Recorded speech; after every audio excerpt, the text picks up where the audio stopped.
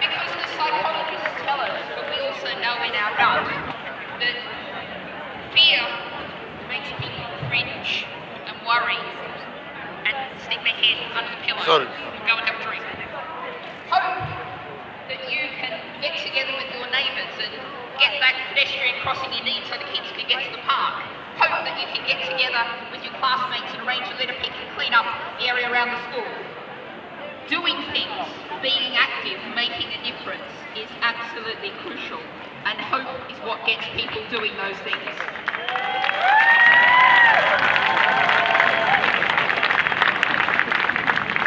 So I've got a saying, and I go a lot into schools, colleges and universities, and I say to all of them, starting with the 6, 7, 8-year-olds, and boy, there's some wonderfully political 6, 7 and 8-year-olds around. What you have to do is make politics what you do not have done to you.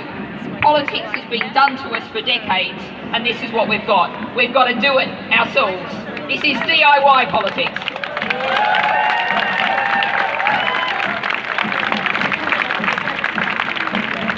So put the doing politics together, put the hope together, and that's how we build the future, because that's what we have to do, not just oppose and challenge, but build something new, something different.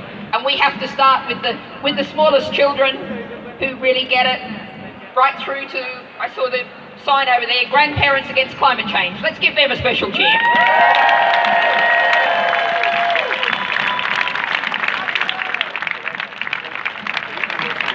And I've got another hashtag that you'll see me using very often, and you all know it's true, and the hashtag is campaigning works. And just yesterday I was doing an interview about fracking, and I bet there's some people here who were involved in the campaign against fracking. Campaigned and campaigned, people locked themselves on, people put their body on the line, people spent years living in muddy tents, in wet fields, and eventually the government was forced into a moratorium on fracking, which we have to turn into a ban on fracking to make that happen. And I haven't seen any signs today from Sheffield, but this is a lovely story. The Sheffield, there you go. The Sheffield Tree Campaign. Privatised council, cutting down the trees in Sheffield. Again, people perched in trees for hours and days. People patrolled the streets from dawn to dusk and later. And eventually, we stopped the urban street tree felling.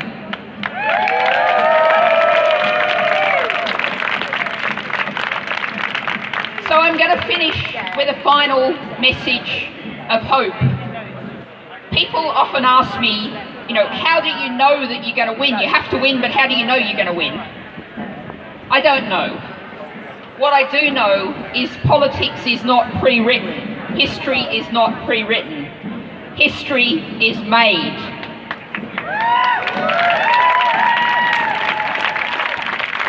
And what we are doing now, neoliberalism is in its last zombie days, staggering around all around us.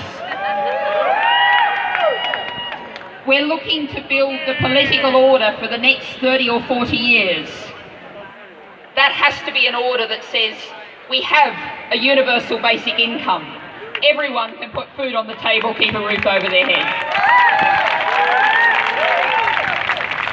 We stop using fossil fuels.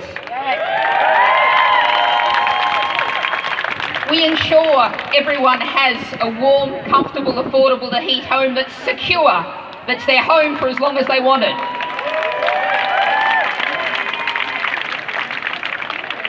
We create the politics of the next 30 or 40 years, and that's the politics, and that's what you're doing by making history. So thank you for everything you're doing, everything you've done, and everything we're going to do together. Thank you.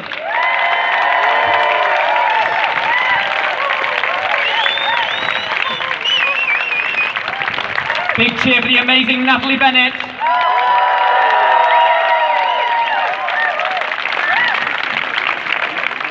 We're moving this so we're more visible. It's really important, the visual here. We're not going to be trying to hide it. It's really important that we are here. You've already been sitting here for over an hour, and it's absolutely amazing that you do it. I can't say how much of an action just sitting still is, depending on where you choose to sit. Right now, one of the places we're in front of is the City of London Magistrates Court. We've been writing letters to the Crown Prosecution Service to drop charges against peaceful protesters. Stop spending our money prosecuting us for trying to defend life.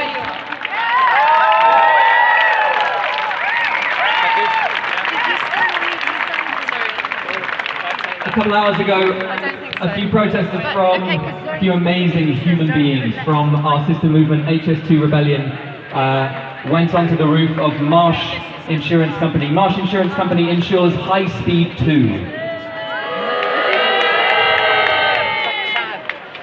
Not long ago, David Attenborough, the prince of this country, one of the princes said, "We can't afford to lose a single tree." Well, where should that start? It should start in this country.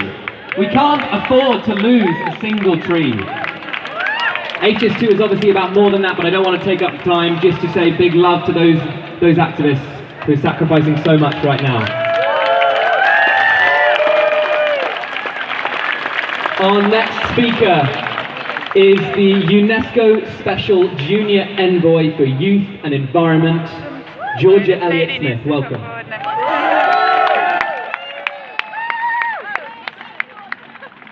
Hello everybody! Extinction! Oh, thank you. That makes me feel a lot less nervous to hear all of you with me. It just brings us down a bit. So yeah, my name's Georgia. Last year I stood up in Parliament Square and I told you about my plans to take the UK government to court over runaway carbon emissions and the fact that they are allowing waste incineration to double in the next 10 years, burning recyclable plastics and pouring pollution out into the climate and into our lungs. So that legal action took place earlier this year, and in April we got the judgment. I have to say I was quite crushed that the judge found in favour of the government. The judge decided that the Secretary of State had the discretion to decide whether or not waste incineration could be taxed or not, whether it had to control its pollution or not, and I sadly found that quite depressing. However, from the ashes of that defeat, we went on to find there was an amazing little nugget of joy and progress within it. So inside the main ruling, the judge declared that the Paris Agreement demands urgent and short-term action by government. Now, this is the first time that a court in the UK has ever declared that the Paris Agreement demands urgency. The government must act now. They can no longer rely on the net zero by 2050 target, kicking the can down the road, making empty promises that they are not acting to fulfill today. And so, for me, that is so joyful. There is a legal precedent now in place which is being used by campaigners against HS2, against the UK's road building programme. Currently, Transport Action Network are in court challenging Grant Shapps, the Transport Minister, and they are using that precedent that the government must act now. And so my message to you is, even when you feel defeated, within that defeat there is a joy and there is progress, and by showing up and bearing witness and making your voice heard, you are moving this forwards. So please don't ever give up. Don't give in to the trolls. Don't give in to the negativity. We are making progress step by step. Please keep going.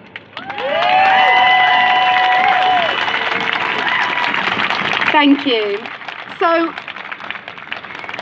one thing that happened during that court case was incredibly sinister. the UK government relied on an argument that centred on one word, and that word is limit. Now, if I'm a smoker and I smoke 1 packet of cigarettes a day, I've only ever smoked 1 packet of cigarettes a day, but I tell my doctor I plan to quit smoking by limiting my cigarette consumption to 2 packets a day, clearly that is complete nonsense. I am never going to give up, right? Right. The Climate Change Act, which is the primary legislation in this country for the government acting on carbon, requires the government to put in place schemes that limit greenhouse gas emissions. In court, the government relied on the argument that they can put in place a limit at any level, even one hundreds of times higher than current business as usual emissions, and that makes them compliant with the law. Shame. I cannot let that stand. That is an outrage. It is an absolute disgrace that the Secretary of State at the time, Alok Sharma, who signed off this policy, he is now the president of COP, and he is making speeches talking about the UK as a climate leader, while behind closed doors he is using semantics and wordplay to wriggle out of climate action. Now, in the case of my court action earlier this year, the scheme I was challenging had a cap put in place that enables industry to increase their carbon emissions by almost 20%. Now, I'm going to put some context into that. That means every single year, the oil and gas industry, the aviation industry, power sector, all of those industrial sectors in the UK can increase their emissions by 28 million tonnes. For context, because that is just a number, what does that mean? For context, 28 million tonnes is the same as the whole of Greater London's emissions from transport, housing, commerce, industry, every single year. Does that sound to you like limiting carbon emissions? No. So what I want to say to you is I'm not letting that stand. We're going back to court. We have filed papers now with the Court of Appeal, and we are demanding a legal definition of the word limit in the context of the Climate Change Act, because I believe firmly that the word limit means preventing an increase as an absolute minimum. So, there is hope. There are people out there reading the small print, let me assure you.